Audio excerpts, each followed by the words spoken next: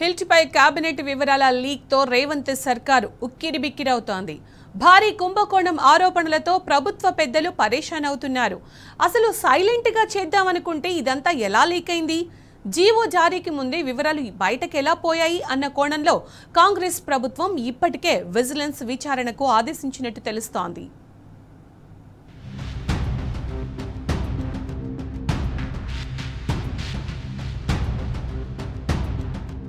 కాంగ్రెస్ సర్కారు కొత్తగా తీసుకొచ్చిన హిల్ట్ పాలసీ, మంత్రి పొంగులేటికి చెందిన రాఘవ కన్స్ట్రక్షన్ కంపెనీ భూ కబ్జాలపై కథనాలు ప్రభుత్వంలో ప్రకంపనలు సృష్టిస్తున్నాయి.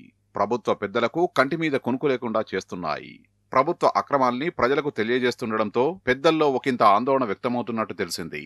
గత నెల 17న జరిగిన కేబినెట్ భేటీలో ఓఆర్ఆర్ లోపల ఉన్న ఇండస్ట్రియల్ భూముల్ని కన్వర్షన్ చేయాలని ప్రభుత్వం నిర్ణయించింది. ఇందుకోసం హిల్ట్ పాలసీని తీసుకొచ్చింది. భూముల కన్వర్షన్ కు సంబంధించి కేబినెట్ నోట్ మరుసటి రోజునే బయటకొచ్చింది. దీనిపై సంచలన కథనం వెలుగులోకి రాగా అది ప్రకంపనలు సృష్టించడమే కాకుండా ప్రభుత్వాన్ని షేక్ చేసింది. ఆ తర్వాత మాజీ మంత్రి కేటీఆర్ హిల్ట్ పాలసీకి సంబంధించి మరింత సమాచారంతో విలేకరుల సమావేశం ఏర్పాటు చేసి ప్రభుత్వం 5 లక్షల కోట్ల రూపాయల కుంభకోణానికి పాల్పడుతున్నదంటూ చేసిన సంచలన ఆరోపణలు మరింత టెన్షన్ కు గురిచేశాయి.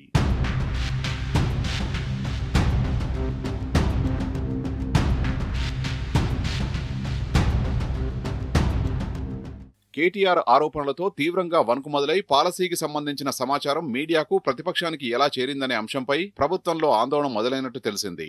అసలు సమాచారం ఎక్కడి నుంచి వెళ్లిందో తెలుసుకోవడంపై దృష్టి పెట్టడమే కాకుండా ప్రభుత్వం ఏకంగా అంతర్గతంగా విజిలెన్స్ విచారణకు ఆదేశించిందంటే ఒక రకంగా సర్కార్ తనపై తానే విచారణకు ఆదేశించుకున్నదనే అభిప్రాయాలు వ్యక్తమవుతున్నాయి.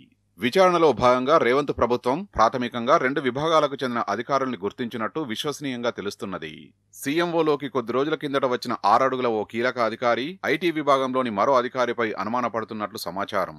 విషయం ఆ ఇద్దరు నుంచే బయటకు వెళ్లినట్లు ప్రాథమికంగా నిర్ణయించినట్లు తెలిసింది.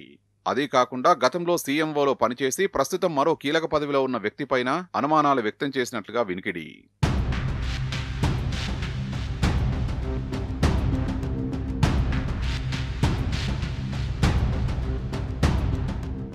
మరోవైపు మంత్రి పొంగులేటికి చెందిన రాఘవ కన్స్ట్రక్షన్ కంపెనీ భూ కబ్జాకు సంబంధించి సంచలనాత్మకమైన కథనం వెలుగులోకి రాగా మొదట మంత్రి ఖండించారు.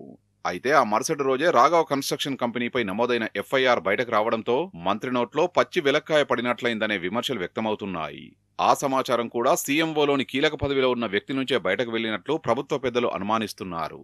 మొత్తంగా ఇటు హిల్ట్ పాలసీ, అటు పొంగులేటి వ్యవహారంలో 2-3 అధికారుల తీరుపై సందేహంగా ఉన్న సర్కార్ వారి వ్యవహారాన్ని ఎలా బయటపెట్టాలనే విషయమై ఆలోచిస్తున్నట్లు తెలుస్తున్నది.